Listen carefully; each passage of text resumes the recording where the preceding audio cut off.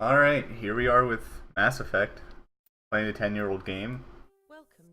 Game I've played through a lot of times, and it's a game I go back to every couple of years, and I've been feeling the itch to play some Mass Effect again. So, we're gonna create a character. If you're unfamiliar with Mass Effect, it's a BioWare RPG, meaning it's similar to Dragon Age or Knights of the Old Republic, if you've ever played any of those. I'm gonna play a male character. I usually play a female character because I think the voice acting is better, but I think I'm gonna make like a old man Commander Shepard. I've never done that before. One of the things I find interesting about this game is it has this really flashy intro cutscene type thing for just the character creation, and it has like no purpose. You'll never see like these screens ever again, but it just immerses you in this database creation thing, which is kind of shows the age of the game. This came out in, I think, 2006, 2007, so it was near the beginning of the last generation of games. And they were eager to make everything flashy. So here we're choosing our profile, basically our backstory for our character, and I'm going to make him a colonist, maybe? So a colonist backstory is his parents are killed in an attack on a human colony planet. Spacer, he grew up in space stations as his parents were part of the Alliance. And Earthborn, he was born in Earth, which is like a giant megatropolis at this point, and he was in and out of gangs. You'll go with colonist. Here you're choosing their background for their military service. Sole survivor, you crash land on a planet and survive. War hero, you know, these are pretty self-explanatory. And ruthless is kind of like, if you want to play an evil renegade type character, people usually go ruthless. And I think I'll play Soul Survivor. That usually gives you a few interesting options. So military specialization. My favorite class is Vanguard because you get a shotgun and a nice mix of bionic powers. So you're just like a combat powerhouse. There's only one class here that I haven't played before, and that's Engineer. Engineer gives you a lot of tech abilities, but it also limits your combat ability as you only are able to use a pistol. But one of the more interesting things is the Engineer gets AI hacking, and the majority of the enemies in this game are Geth, which are synthetic robots that are AI, and we can hack them and then make them on our side. I've never done that before, so I'm going to play Engineer.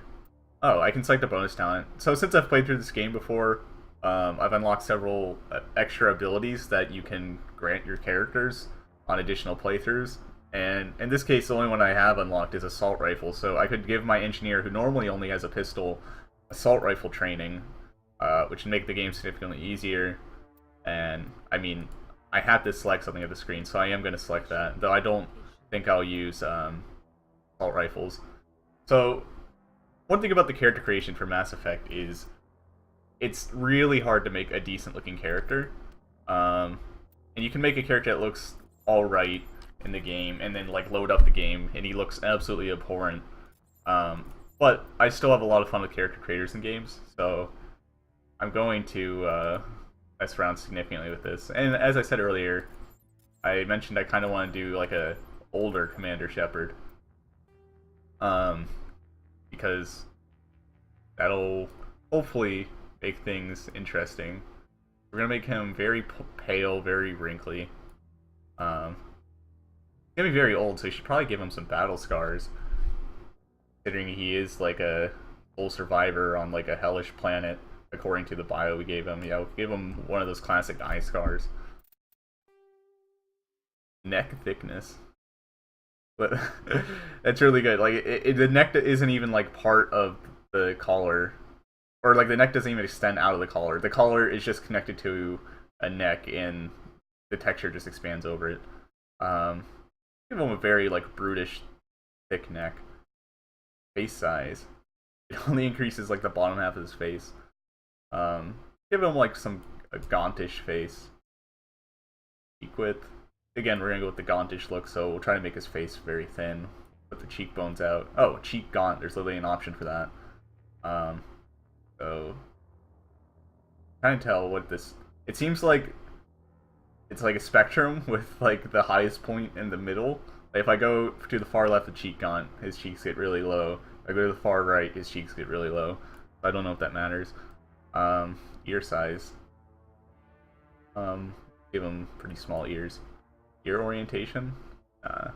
Let's not put that way out. We don't want Batman. Eyes. I think you can like. Oh. Okay. Oh man. That's the Soul Survivor eyes right there. Give him some nice bug eyes. Keep it centered. Eye depth. We turn his head. Oh yeah, there we go. Oh. Okay. Yeah. You put that way out. It's his eyes are in line with his forehead. Very strange. Oh yeah. Get those evil eyes. Brow height. Iris color. I think you can give him like some white eyes. I don't know. I believe the later Mass Effect games had like more ridiculous customization options, but this one seems relatively grounded. Give them these like gray blue eyes. And we will give him hair. Right now he is bald, but I'd like to give him some form of hair. Right now we're just messing with the chin. Generally when I play games, I try to make ridiculous looking characters. And I've done that plenty of times in Mass Effect. But I figured, you know, try to do something serious for my life. For this playthrough at least. Nice jaw. Mouth shape. I don't really like any of these. Yeah, give him the fat lower lip. Someone just texted me on my phone. That probably came up on the mic. Oh well.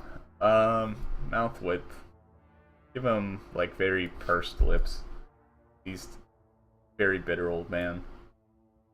I'm not sure if I'm gonna play Renegade or Paragon in this game yet. If you're unfamiliar, Renegade and Paragon are kind of like the good or bad side of morality within Mass Effect. They don't like hugely impact the story. Like there are some significant choices, but you know, you can't make Commander Shepard into like an evil warlord or anything. But it's good to pick either Paragon or Renegade, as if you choose more Paragon options early in the game, you can choose more Paragon options later in the game. Same thing goes for Renegade.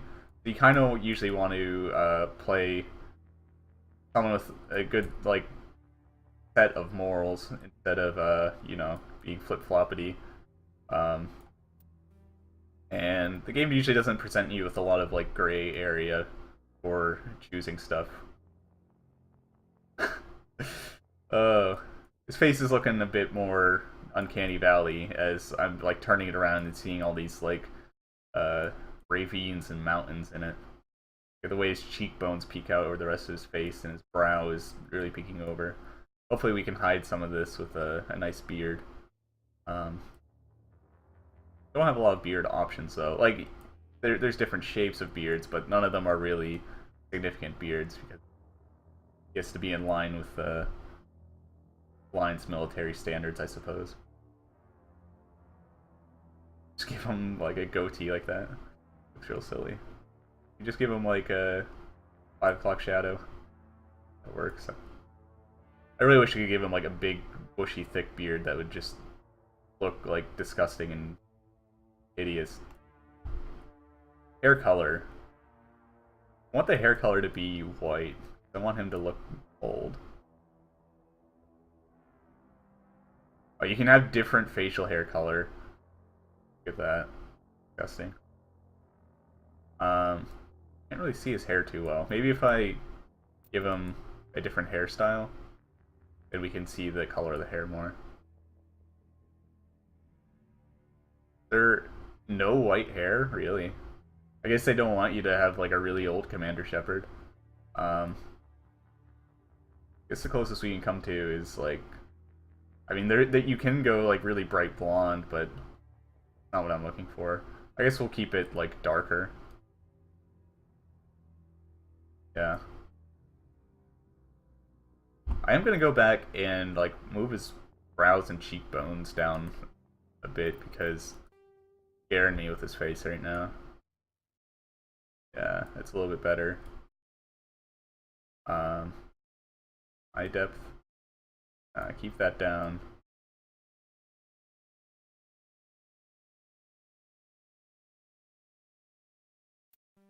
I don't know. I don't know if this is really helping. As I said, it's hard to make a decent looking character with this character creator. And if he ends up looking a bit strange, I mean, we'll just deal with it. Bones, bring those down a bit. Yeah, that's looking a bit more normal.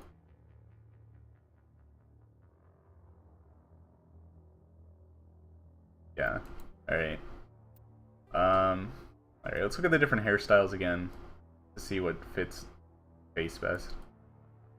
Get that nice fringe in the front. I'd love to see some like Guy Fieri, like frosted tips. But as I said, they don't have any like ridiculous options in the game. They didn't add those too much later. I guess the closest thing we have to old man look is this like shaved balding. But I wish we could just give him like white hair and you know some decent hairstyles. Just this. It like perfectly frames the forehead. Very strange. Yeah, we can make him balding.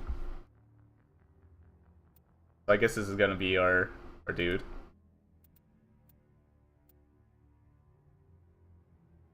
Fair enough.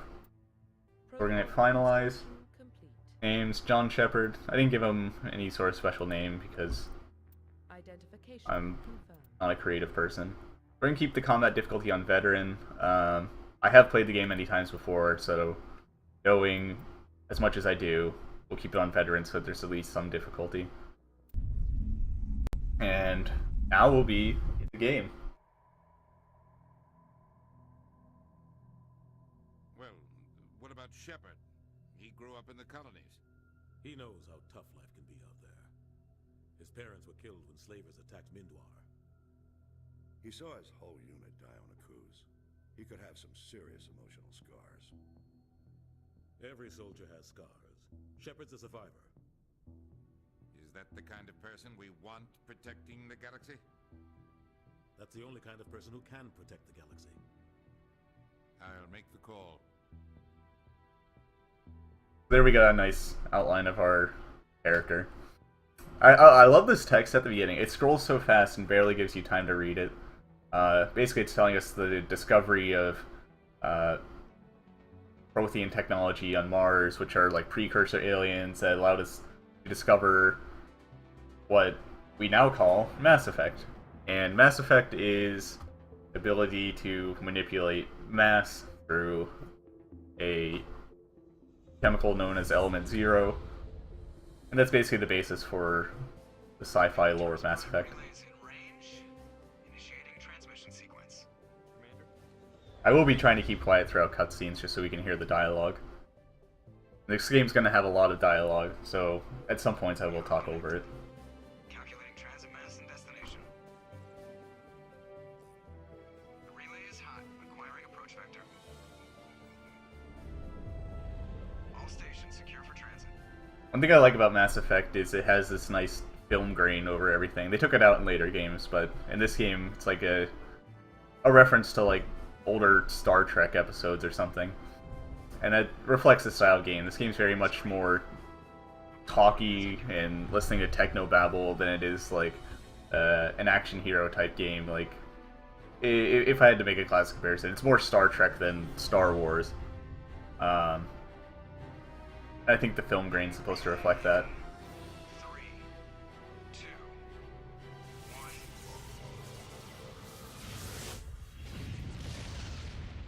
Right there, we just got shot through a Mass Effect relay. Basically, there's tons of those throughout the galaxy, and they're how people travel through the galaxy.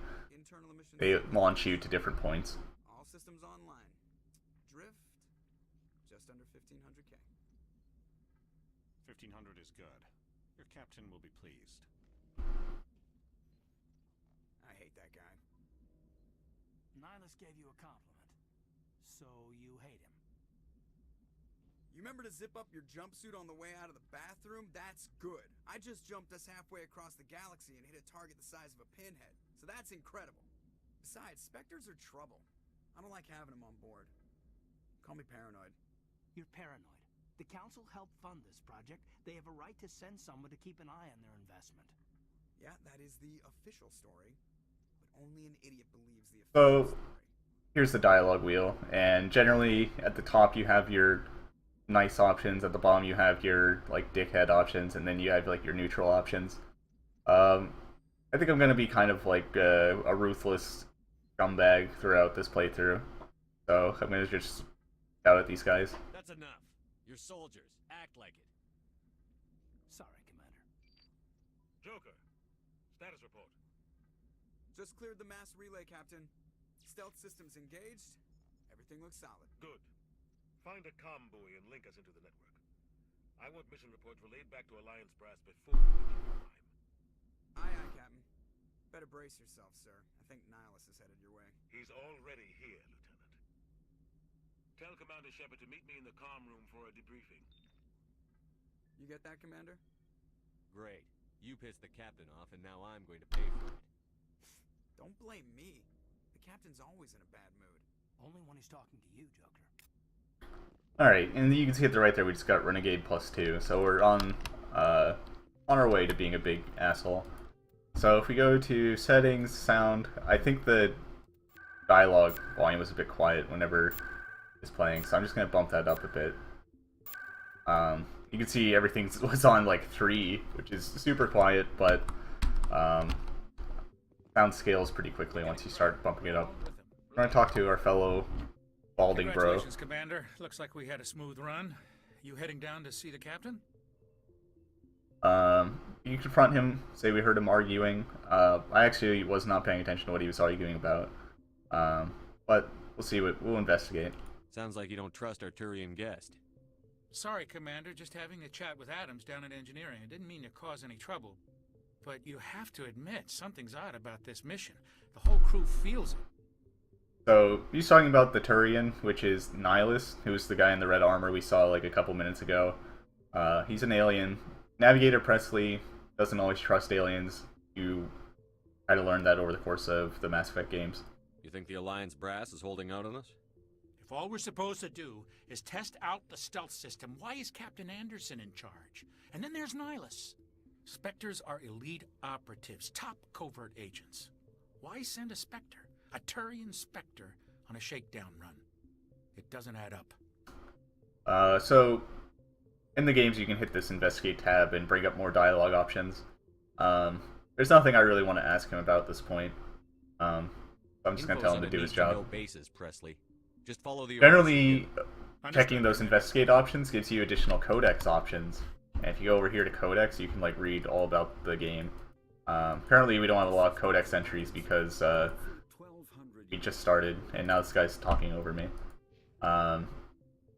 We already have some level up points we can spend for some reason. So as you can see down here, I already have this assault rifle tree unlocked.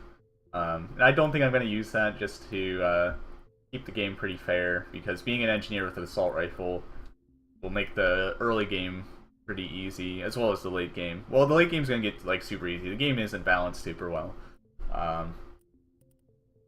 So I'm going to put points into Charm, or no, Intimidate, because that's going to allow us to be bigger dickhead.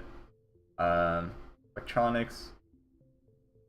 So in this game, you need electronics ability to hack things.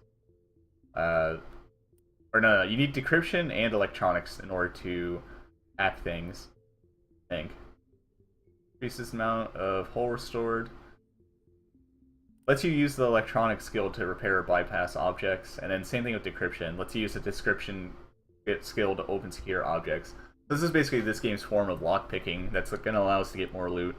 I'm going to be upgrading like decryption and electronics both, because I don't want to miss out on any optional content, even if it is just loot. So right now we're just reporting to the captain. He's going to tell us about this mission we're on, because currently no one knows what's up. That's crazy.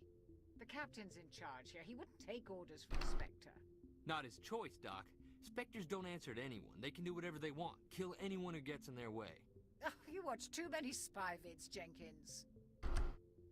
So, What do you think, Commander? Turning on the I hope ship we stay is on Eden a Top Spectre. too long, will we? I'm itching for some And real Spectres action. are kind of I above the law and sincerely can do hope what they you're want. kidding, Corporal. Your real action usually ends with me patching up crew members in the infirmary. Marines are meant to fight. You just fix us up when we're done. I know how things work, Commander.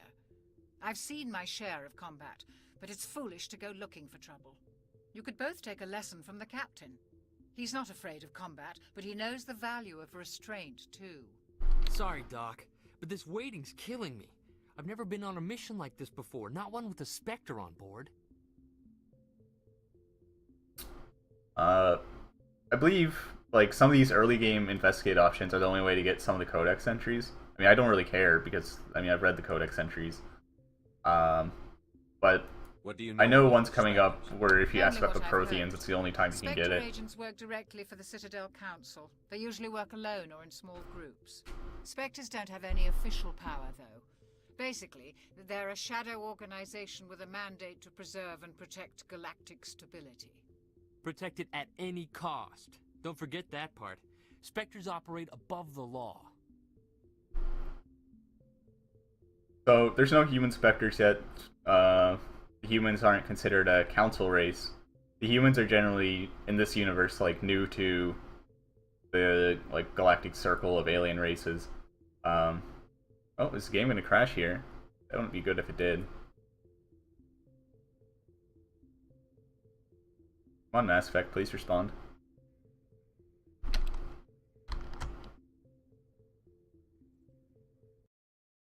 Alright, and the game just crashed, so that's gonna end our first episode.